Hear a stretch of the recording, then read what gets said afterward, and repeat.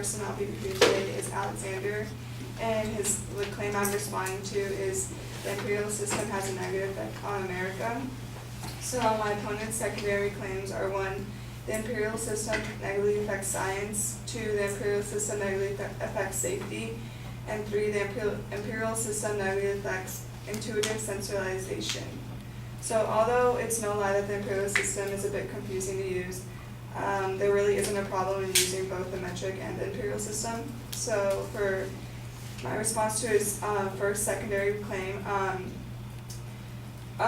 he stated that according to CNN in 1999, NASA lost about $1.5 million on a Mars orbiter because an engineering team used the imperial system to calculate it while others used metric. In the end, the unit mismatched and went off route because it couldn't understand it. My response to this is that the evidence, which is from 19 years ago, so continuing from that, he doesn't really show any data that this continues to be a problem for NASA. But according to Science Beta, NASA has decided to use metric units for all operations since like 2007, and one being using it on the lunar surface when it returns to the moon.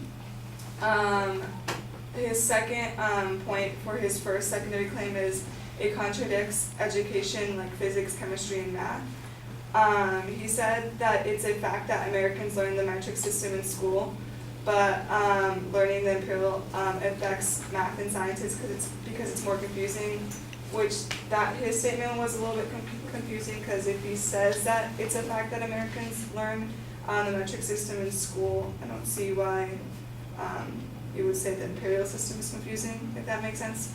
But according to an article I researched called The Guardian, this article interviewed professors and teachers, and they're asked, should children be taught more about the imperial measurements and maths and like sciences? And one teacher, which is the head of teacher of the Cedar Road Primary School, her name is Kate Garrett. She stated that students need to be able to quickly convert between the imperial and metric system. The key job for any school is to prepare its pupils for the world. And as part of that, we want to ensure that they understand the difference between miles and kilometers, and even analogy and digital time in reading. And the second one is a professor, Professor Jim Al-Khali. He's a professor of physics at the University of Surrey, and he stated that yes, children should be taught the basics of imperial and metric conversions. A familiarity with SI units of kilograms and meters is absolutely crucial in the modern world, and solving problems in physics lessons at school must continue to be done. I believe that they are a vital skill everyone should have, however much we would like to do without them. So moving on to his secondary claim, his second secondary claim. He stated that imperial systems negatively affect safety, which he used evidence that convergence messed up a Disney roller coasters, caused flight safety issues, and caused a medication overdose. All this evidence he used for his second secondary claims are just examples, and easily could have just been the calculation errors that the people used. He doesn't state any data or stats about it, and if he's also stated that all scientists use metric system, I don't see why there would be any errors being made.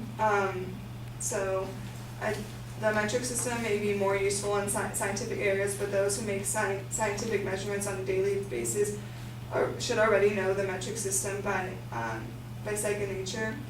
And according to Modern Healthcare, an article I found online, they said it's hard to know the frequency of medication errors related to measurement system convergence because not all healthcare facilities track the problem. From the Pennsylvania Patient Safety Authority, which requires mandatory reporting, issued an advisory in 2009 noting that 480 adverse event reporters cited medication errors resulting from breakdowns during obtaining, documenting, or communicating patient ways. So basically, for this. It's just if scientists know the metric system or like are being taught the metric system earlier in school, it would make sense for them to know it like right away. So finally, his third secondary claim, he states that imperial system negatively affects people's intuitive sensualization, and the evidence he uses is it affects the Americans on a daily basis, and travelers coming in and us going out of the U.S. The metric system may be more useful in scientific areas, but those who make scientific measurements on a daily basis already know the metric system. Oh, wait, sorry, wrong one. He states again that Americans learn math and science in the metric system, but on a daily basis, Americans still measure in the imperial system. But that still doesn't make sense if we learn it. If we learn the metric system, we should be using that in our daily lives as well instead of imperial. So the metric system is designed to be easy to convert and plug into math questions, but the imperial system is designed to be the most practical ways we use in our most daily lives, which was stated.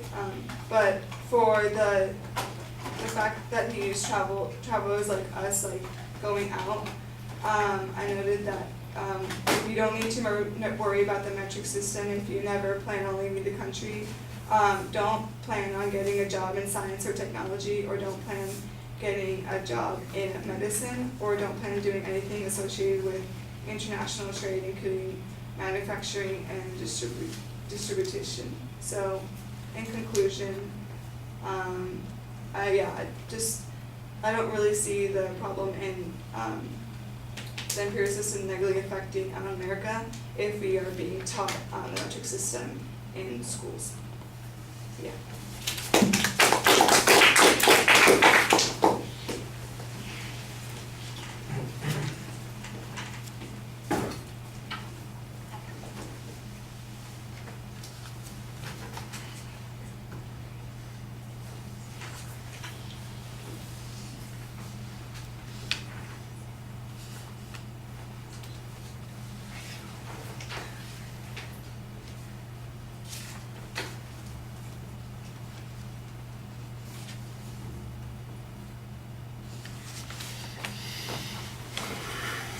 All right, I think you started out pretty well on that first point, suggesting that we have a singular example that the advocate's using with the satellite. You point out that in context we haven't had similar problems in 19 years.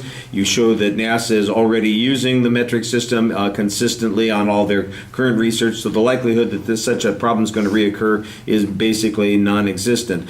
You then point out that the advocate has already accepted that commonly the metric system is taught in the schools, that children are aware of it, so the only issue is, can the kids convert? And I thought that you had some good information on that first point that suggested that the schools are worried about the kids being able to convert, but once they can do that, that shouldn't be any problem.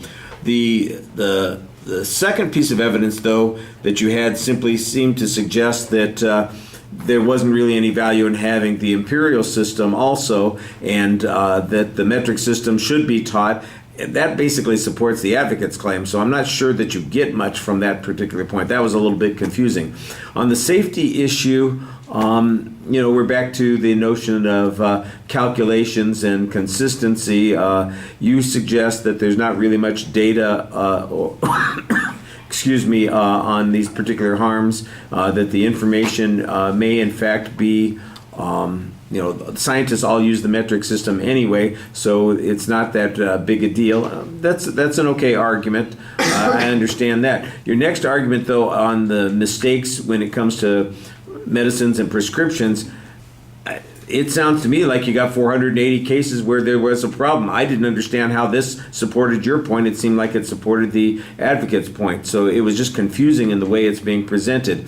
And then I think on the last argument, you're missing something that suggests that there is a value to having both systems. I think that's what your argument ought to be here, and it may be the argument that you're trying to make, but it wasn't very clearly explained. That in a scientific context, maybe the metrics work really well, but like when you're talking about an intuitive context, let's imagine I'm just trying to think of an example. The first thing that came to mind was like cooking. You know, if you were cooking things, nobody's going to be looking, I need 100 milliliters of this in my cake mix versus, half a cup or something like that. And you're going, it is intuitive for shorthand kinds of experiences, we're not doing science there, it's an art, that kind of thing. I think that's the argument that you're trying to make, but it's not very clear that that's the argument that you're trying to make.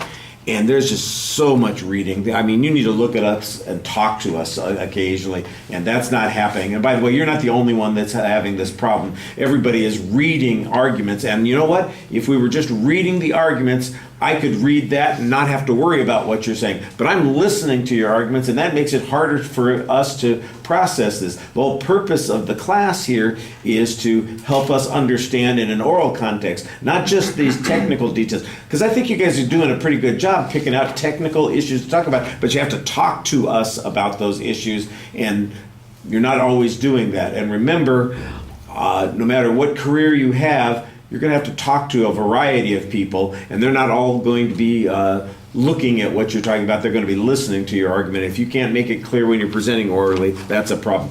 I just happen to be going off on you on this particular moment. It applies to, I would say, 2/3 of the people that we've been hearing too. All right, thank you.